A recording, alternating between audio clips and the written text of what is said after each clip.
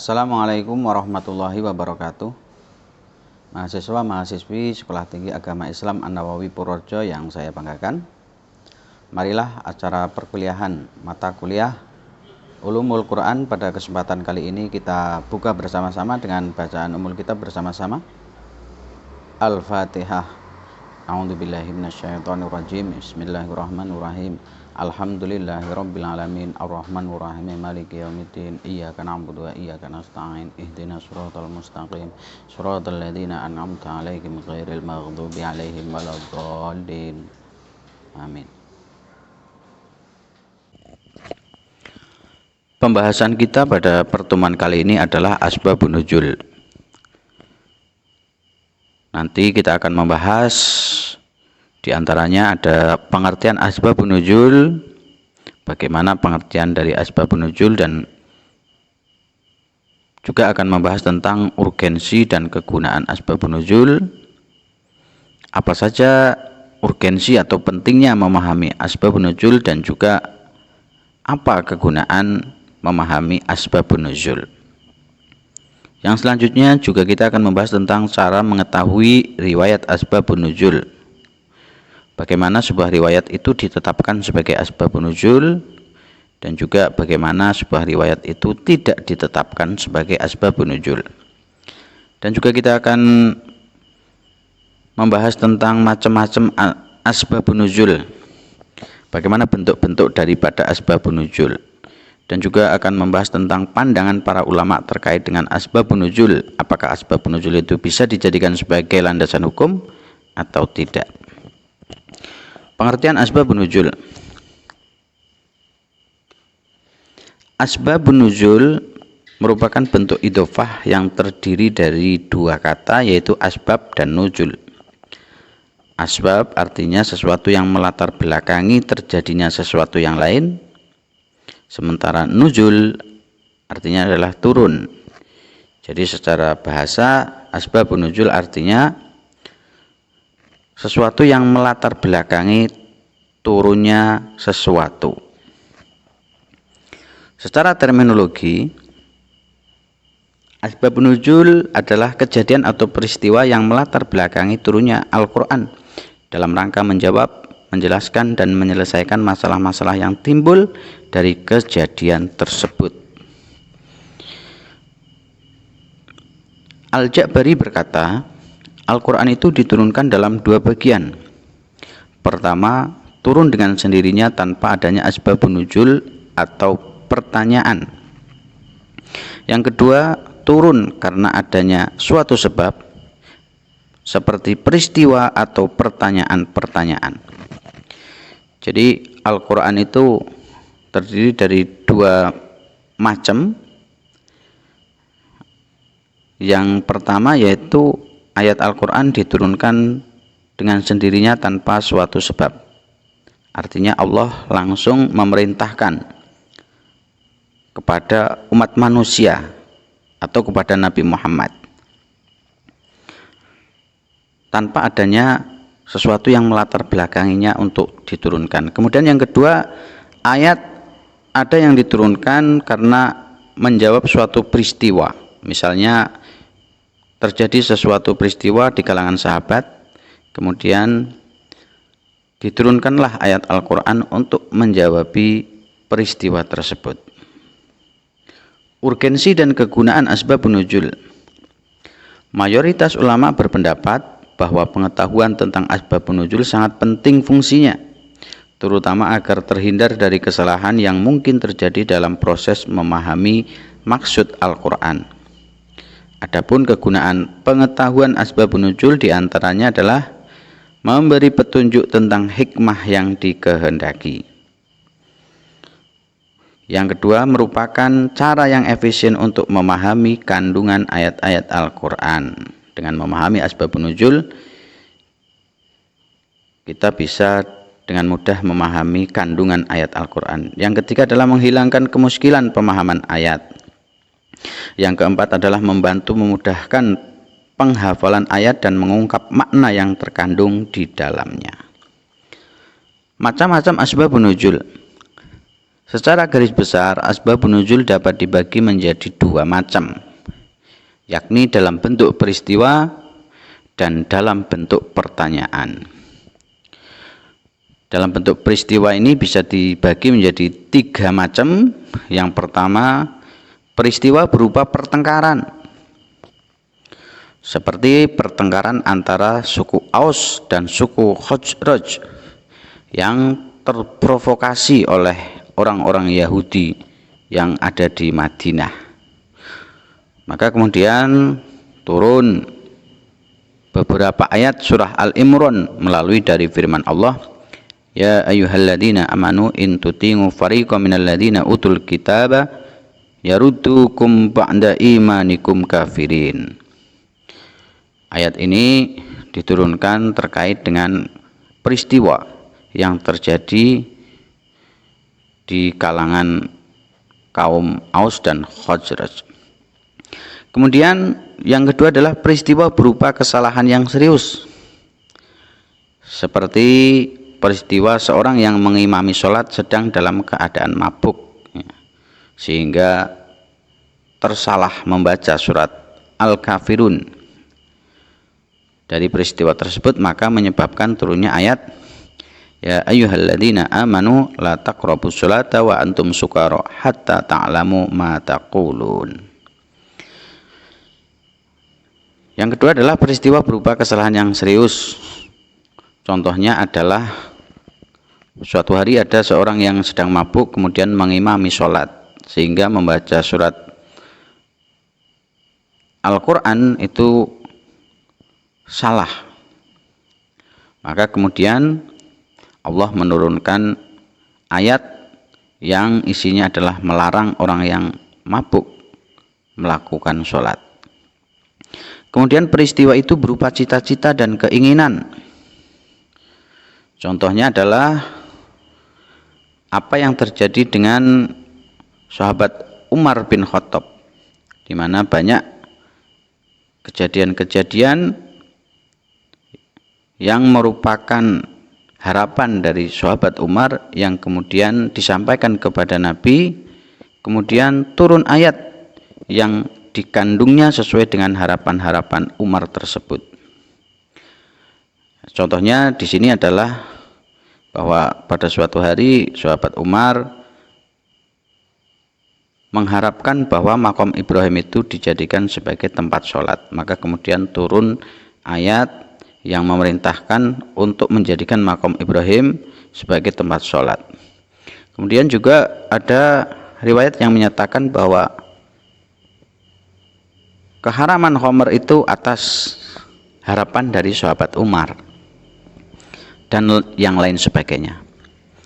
Adapun asbabun nuzul dalam bentuk pertanyaan dapat juga dibagi menjadi tiga macam. Yang pertama adalah pertanyaan yang berhubungan dengan sesuatu yang telah lalu. Seperti kalau dalam contoh ini adalah kasus pertanyaan para sahabat terkait dengan seseorang yang namanya Dzulqarnain. Para sahabat mempertanyakan tentang Dzulqarnain, maka kemudian turun ayat yang menjelaskan tentang Dzulqarnain. Kemudian ada pertanyaan yang berhubungan dengan sesuatu yang sedang berlangsung pada waktu itu, seperti wayas alunaka nganir ruh. Orang-orang bertanya tentang ruh, maka kemudian Allah menurunkan ayat tentang ruh. Kemudian yang ketiga adalah pertanyaan yang berhubungan dengan masa yang akan datang, yas'alunaka 'anis sa'ah, yaitu tentang hari kiamat. Maka kemudian turun ayat yang menjelaskan tentang hari kiamat. Apa pentingnya memahami asbabun nuzul? Yaitu urgensi memahami asbabun nuzul. Al-Wahidi rahimahullah berpendapat bahwa kita tidak mungkin mengetahui tafsir suatu ayat tanpa mengetahui kisah yang melatar belakanginya dan penjelasan turunnya. Jadi pentingnya memahami asbabun nuzul yaitu untuk memahami dan mengetahui tafsir suatu ayat sehingga tidak salah menafsirkan. Ibnu Daqiq Id berpendapat bahwa mengetahui asbabun nuzul adalah cara terbaik dalam memahami makna-makna Al-Quran. Kemudian Ibnu Taimiyah berpendapat bahwa mengetahui asbabun nuzul ayat itu dapat dengan mudah bisa memahami kandungan ayat dalam Al-Quran. Kemudian cara mengetahui asbabun nuzul. Sumber yang valid untuk mengetahui asbabun nuzul adalah hadis-hadis Nabi yang berkualitas sahih.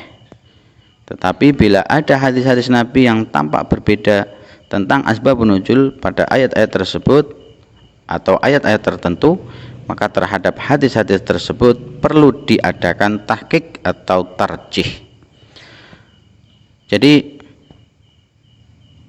cara mengetahui asbabun nuzul yaitu melalui hadis-hadis Nabi, karena kita bisa mengetahui kejadian-kejadian pada masa Nabi itu melalui hadis-hadis yang diriwayatkan oleh para perawi hadis, sehingga kita mau mengetahui apakah suatu kejadian itu merupakan asbabun nuzul atau bukan, itu juga berdasarkan dari hadis atau periwayatan para perawi hadis. Macam-macam asbabun nuzul. Ada dua jenis redaksi yang digunakan oleh perawi dalam menggunakan riwayat asbabun nuzul, yaitu ada sharih dan muhtamilah. Sharih artinya jelas, pasti. Yang pertama adalah redaksi, misalnya dalam sebuah periwayatan, sababun nuzuli hadhil ayah hada, sebab turunnya ayat ini adalah ini. Yang kedua misal adalah redaksi hadasa hada fanujilat ayah. Maka ini redaksi yang merupakan asbabun nuzul. Kemudian su'ila Rasulullah an kada fanajalat ayah. Redaksi Rasulullah pernah ditanya tentang sesuatu maka turunlah ayat ini. Nah, ini juga termasuk asbabun nuzul, redaksi asbabun nuzul yang sharih, yang jelas. Kemudian yang kedua adalah muhtamilah atau tidak pasti. Riwayat yang belum jelas menunjukkan asbabun nuzul baru kemungkinan atau tidak pasti. Seperti redaksi nuzilat hadhil ayah fi kada. Ayat ini diturunkan berkenaan dengan peristiwa ini. Ini redaksi yang demikian belum pasti, itu adalah asbabun nuzul. Kemudian ada redaksi lagi ahsabu hadhil ayah nuzilat fi kada. Saya kira ayat ini diturunkan berkenaan dengan peristiwa ini. Nah, ini juga belum tentu asbabun nuzul. Kemudian ma ahsabu nuzilat hadhil ayah illa fi kada. Saya kira ayat ini tidak diturunkan kecuali berkenaan dengan ini. Jika redaksinya demikian, maka itu masih kemungkinan apakah itu asbabun nuzul atau bukan, yaitu perlu adanya pendukung. Pandangan ulama tentang asbabun nuzul. Para ulama tidak sepakat mengenai kedudukan asbabun nuzul. Mayoritas ulama tidak memberikan keistimewaan khusus pada ayat-ayat yang ada asbabun nuzulnya, karena yang terpenting bagi mereka adalah apa yang tertera di dalam redaksi ayat. Jumhur ulama berpendapat bahwa asbabun nuzul itu tidak penting, tidak bisa dijadikan sebagai landasan suatu hukum dalam ayat Al-Quran, sehingga ayat Al-Quran itu dengan sendirinya sesuai dengan redaksinya adalah hukum dan aturan, yaitu hukum Allah dan aturan Allah, sehingga mengabaikan asbabun nuzul. Para ulama kemudian membuat sebuah kaidah, yaitu al-ibrah bi umumil lafzi la bi khususis sabab, yang artinya yang dijadikan pegangan ialah keumuman lafal, bukan kekhususan sebab, yaitu apa yang ditulis oleh Al-Quran, yang tertera dalam Al-Quran, yang tertulis dalam mushaf Al-Quran sekarang ini, itu merupakan suatu hukum, bukan kekhususan sebab. Jadi tidak mempertimbangkan dulu penyebab turunnya ayat itu apa, karena Al-Quran itu berlaku umum. Seperti misalnya dalam Quran surat Al-Maidah, wasariqu wasariqatu faqta'u aydiyahuma.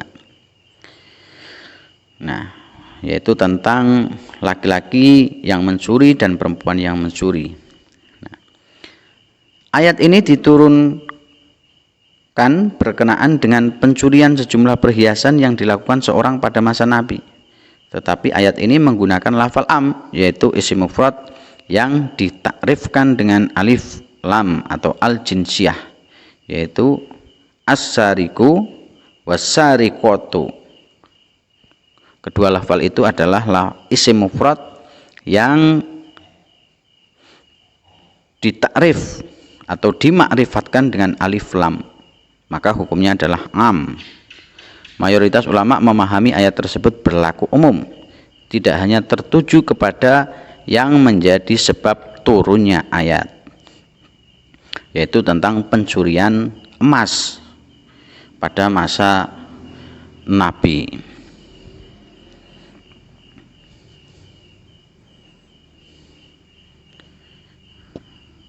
Kalau melihat sebab turun berarti pencuri yang dipotong tangannya hanya pencuri emas saja. Jadi kalau melihat asbabun nuzul, jadi peristiwa yang melatar belakangi turunnya ayat wasariqu wasariqatu, karena ayat itu menjawab sebuah peristiwa atau bersamaan dengan sebuah peristiwa adanya seseorang yang mencuri perhiasan, maka ketika berpegang pada asbabun nuzul, maka yang dipotong tangannya hanya seorang pencuri emas, hanya pencuri emas saja. Kalau mencuri yang lain tidak.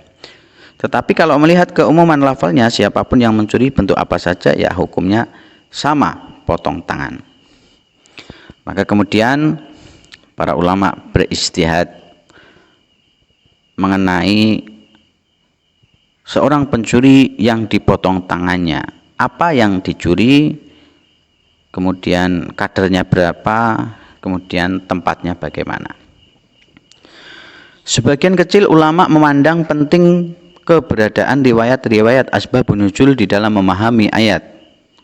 Golongan ini juga menetapkan suatu kaidah, yaitu al-ibrah bi khususis sabab la bi umumil lafzi, bahwa yang dijadikan pegangan ialah kekhususan sebab, bukan keumuman lafal.